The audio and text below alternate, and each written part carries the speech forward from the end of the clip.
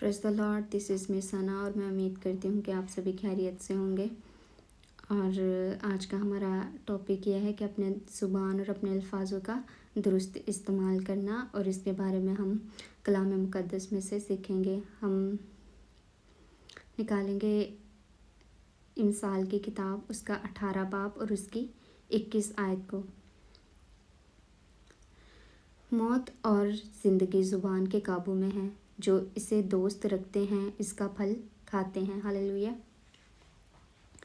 खुदा ने हमें यहाँ पे बताया कि ज़िंदगी और मौत आपकी ज़ुबान के काबू में है। हालेलुया। हमें इसका दुरुस्त इस्तेमाल करना है। जब हम अपने ज़ुबान से कोई भी अल्फाज बोल रहे होते हैं तो इट्स मीन हम बीज बो रहे होते हैं। अच्छा बीज जब हम बोएंगे तो अच्छी फसल फिर ही लेकर आएगा, तो फिर ही हम इसको काटने वाले हो सकेंगे।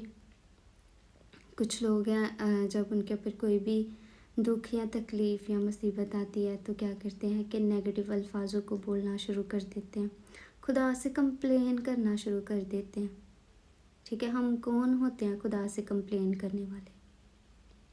या ऐसे बोल देते हैं कभी समटाइम ऐसा बोलते हैं कि खुदा ने हमारी किस्मत में ये लिखा था। अगर कुछ गलत उनके साथ हो रहा है तो खुदा ने ऐसा कहीं भी कुछ नहीं लिखा कि खुदा ने किसी की किस्मत लिखी हुई है। ऐसा कहीं भी कुछ नहीं लिखा हुआ।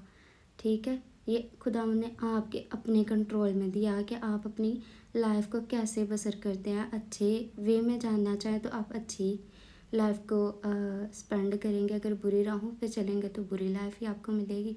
जो बीज आप बोओगे उसी को तो काटोगे ना।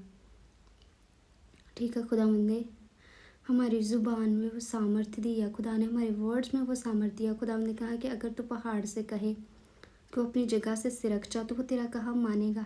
हालेलुया।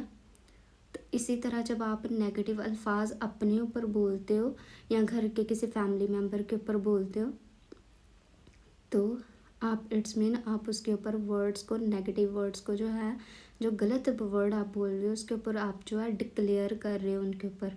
तो प्लीज़ आप जो नेगेटिव अल्फाज एक दूसरे के ऊपर बोलने से गुरेज करें। माँ बाप जब बच्चों को डांटते हैं तो गुस्से में उनके ऊपर बहुत सारे नेगेटिव अल्फाजों को बोलते हैं।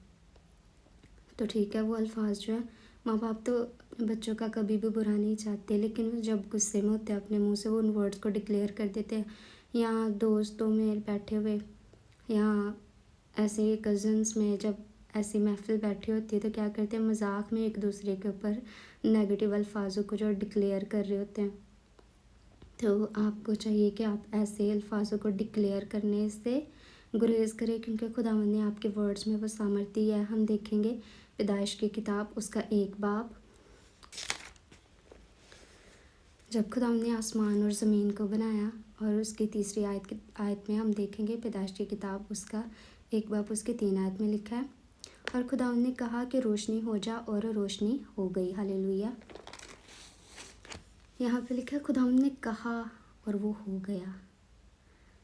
ठीक है, खुदा की वॉइस में, खुदा के अल्फाजों में वो सामर्थ्य है। हालेलुया। और वही सामर्थ्य खुदा ने हमारे अल्फाजों में भी दिया। जब हम अच्छा बीज बोएंगे तो फिर अच्छा काटेंगे ना। जब हम अच्छे वर्ड्स को अपने ऊपर बोलेंगे तो फिर हम अच्छी चीज़ों को अपनी ज़िंदगी में जो है ना क्रिएट होता हुआ देखेंगे। हालेलुया। और सबसे पहले ये है कि जब आपका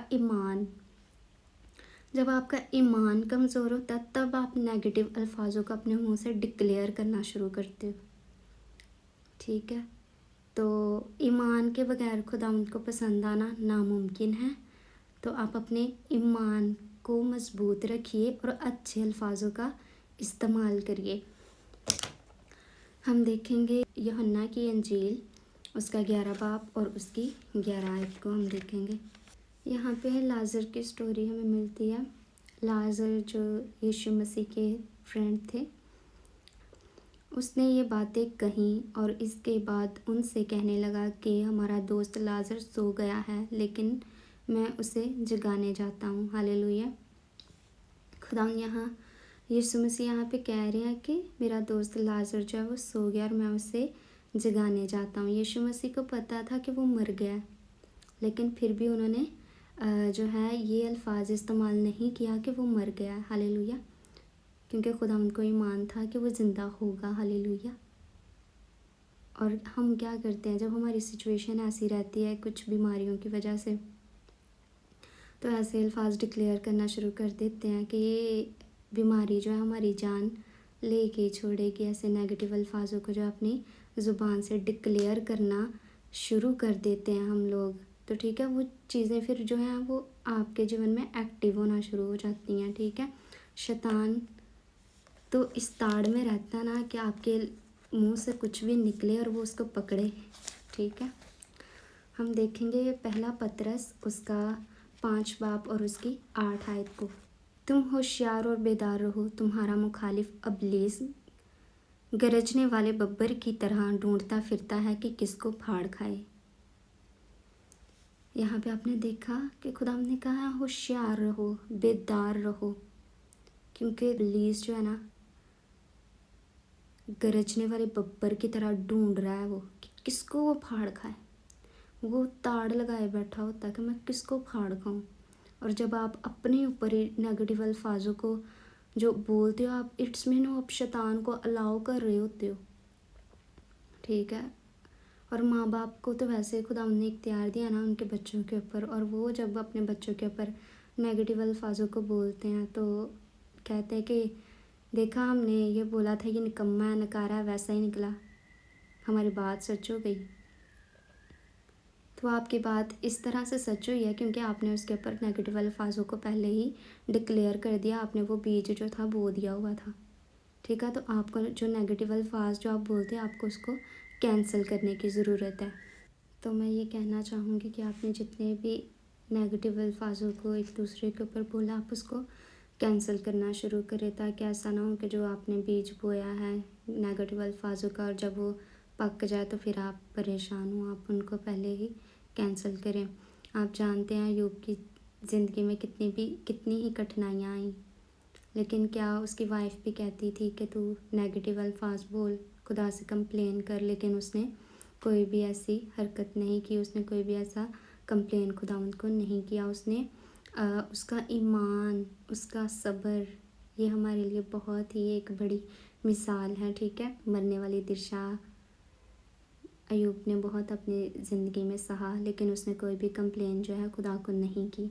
तो हमें भी ऐसा ईमान, ऐसा सब्र रखना चाहिए और अच्छे अल्फाजों का इस्तेमाल करना चाहिए, ठीक है। तो फिर हम अपने जीवन में, अपनी ज़िंदगी में बहुत सारी खुदावंद की तरफ से ब्लेसिंग्स को देखेंगे। अगर आपको लग रहा है हमारी ज़िंदगी में कुछ नहीं ठीक, फिर भी आप अच्छे अल्फाजों का इस्तेमाल करें तो फिर आप अच्छा फल खाएंगे इसका, अपने अल्फाजों का।